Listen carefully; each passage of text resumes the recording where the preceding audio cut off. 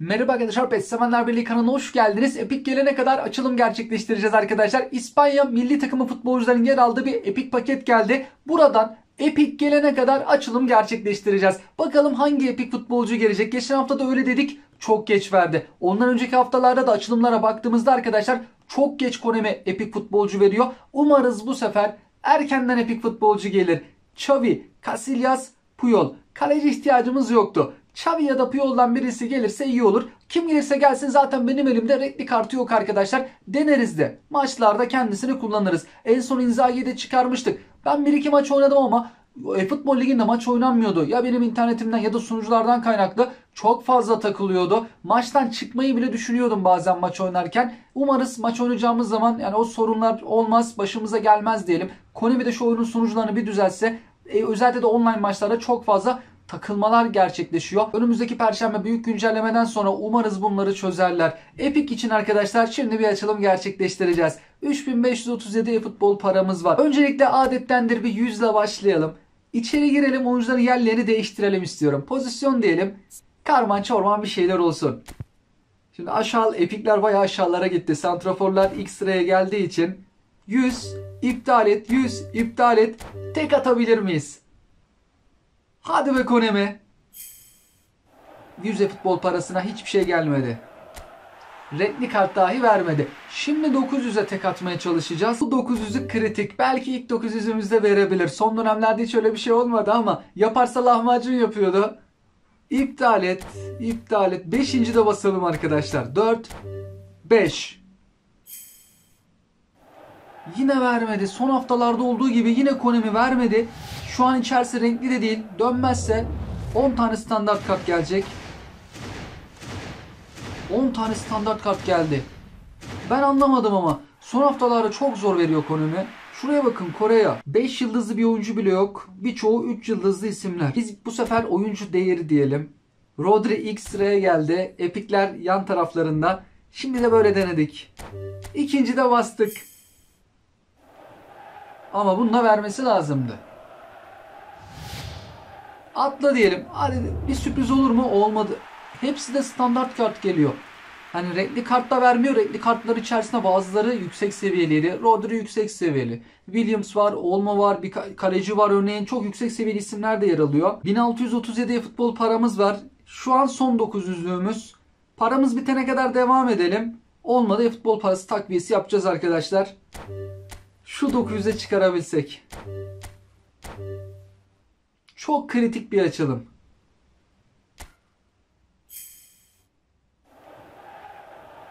Bu sefer geliyor.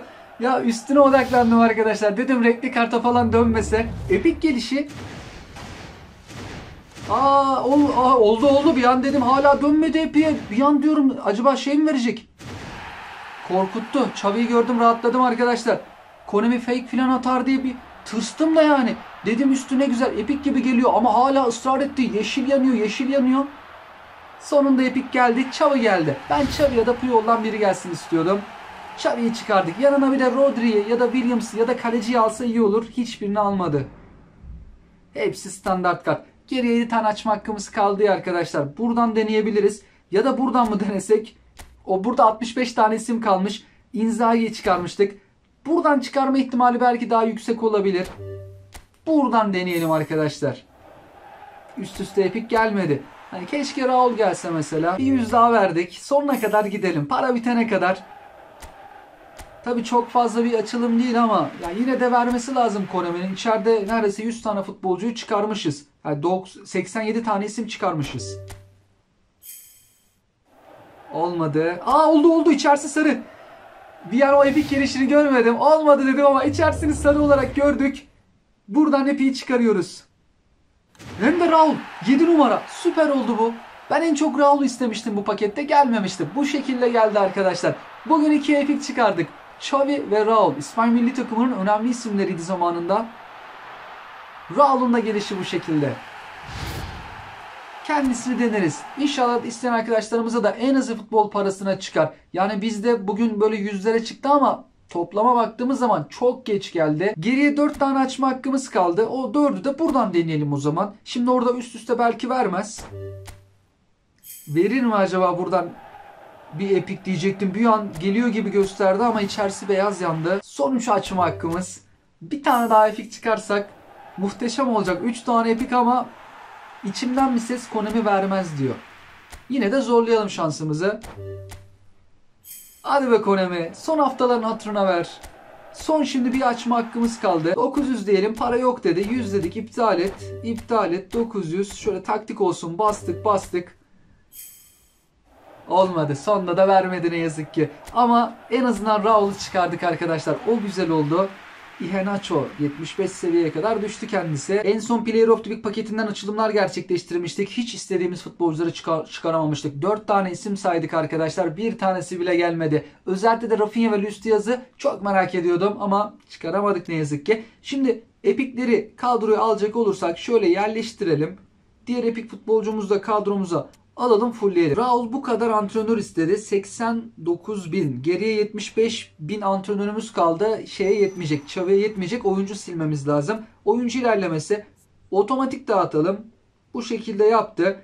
12 tane top sürme, top kontrolü kısmına basmış. Çok fazla. Şimdi bu şekilde kaydettiğimizde bir seviyesine bakalım. 102 seviye. Menajeri değiştirelim. Mesela kimi alalım? Xabi Alonso'yu alalım. 102 seviye. Oyuncu ayrıntıları dediğimizde sol ayakta boşluk kollayan, o kadar da basmasına rağmen yani buraya kadar çıkarabilmiş. Şimdi kendisini ben ikinci forvet olarak kullanırdım. Ofansif orta sahada kullansak alçaktan pası 82. Bitiriciliği çok iyi ama. Bir forvet için pası iyi. Tabii genelde santraforlarda, forvetlerde bu kadar pas değeri olmuyordu da. Çok hızlı değil. Bazı özellikleri ne yazık ki düşük. Zayıf ayağını nadiren kullanıyor ama kullandığında iyi kullanabilmekte. Pek öyle sevilen çalım becerisi de yok kendisinde. Biz sıfırlasak tekrardan otomatik dağıt dedik ama 12-8'e indirsek hangi pozisyonda oynatacağımız da önemli. Burayı 8'e aldım. 8-8 oldu. Hızı 83-85. Herhangi bir kaleciliğe basmadı. Daha sonrasında ikinci forvet olarak kullanırım diye düşünüyorum kendisini. Yani pası 4'te de kalabilir. Bitiriciliği 88. Bir buraya bastık. Böyle kaydetsek yine 102 olacaktır galiba. Çünkü kendisi çok yüksek seviyeli değil. Xabi'yi fullleyelim. 110.000 DP. Otomatik dağıttığımızda bu şekilde yaptı oyun. Top kontrolüne çok iyi bastı. Ama bizim oyunumuz dona doğru oynandığı için arkadaşlar bu kadar top kontrolü fazla bile oluyor. Kontrol edemiyoruz ki. Adamı biz istediğimiz gibi rahat çeviremiyoruz takılmalar fazla olduğu için. Japonlar ya da bazı ülkelerde 4-5 sinyal gücünde oyun oynayanlar var. Onlar kontrolü yükseltebiliyor. İstediği gibi oyuncuyu döndürebiliyor. Biz sırtı dönük oynarken zorlanıyoruz. Takılmalardan, geç tepkilerden dolayı istediğimiz gibi kontrol edemiyoruz. Ben o yüzden top kontrolüne bu kadar fazla basmıyorum. 12 tane. Buradan birazcık alabilirim ama öncesinde şöyle bir bakalım. Menajerimizde kaç seviye? 103 seviye. Şimdi bir oyuncu ayrıntıları diyelim. Yaratıcı oyun kurucu. Bu taraflar gerçekten çok güzel. Farkındalığı düşük ama paslar muhteşem, bitiricilik düşük. Şut gücü nasıl? Orası da düşük. Çok hızlı da değil kendisi. Pasları muhteşem. Özellikle de o ara pasları falan etkili atabilecek bir isim. Şimdi ben bir sıfırlayayım. Tekrardan otomatik dağıtalım. Şu 12'yi 8'e düşüreyim. Güçlendirici de orayı etkileyecek. Defansa bir tane basmış. Ofansif orta sahada deneriz diye düşünüyorum. Göbeğe alırsam defansif ve fiziksel temasta basabilirim. Mesela 4 tane bastığımızı düşünsek bu şekilde çok iyi değil ama birazcık arttırmış olurduk. Ama öncelikle kendisini ofansif orta sahada deneriz. Bitiricini birazcık arttırayım ben.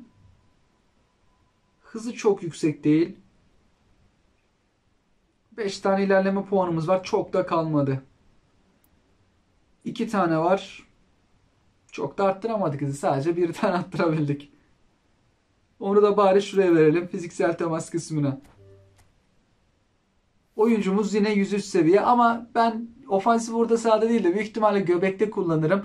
Defansa ve fiziksel temasa 4'er tane dağıtırım arkadaşlar galiba. Öyle düzenleme yapabilirim. Öncelikle biz böyle deneriz ama ben büyük ihtimalle ofansif orta sahada değil de göbeğe çekerim diye düşünüyorum. Xabi'nin oyun tarzı neydi?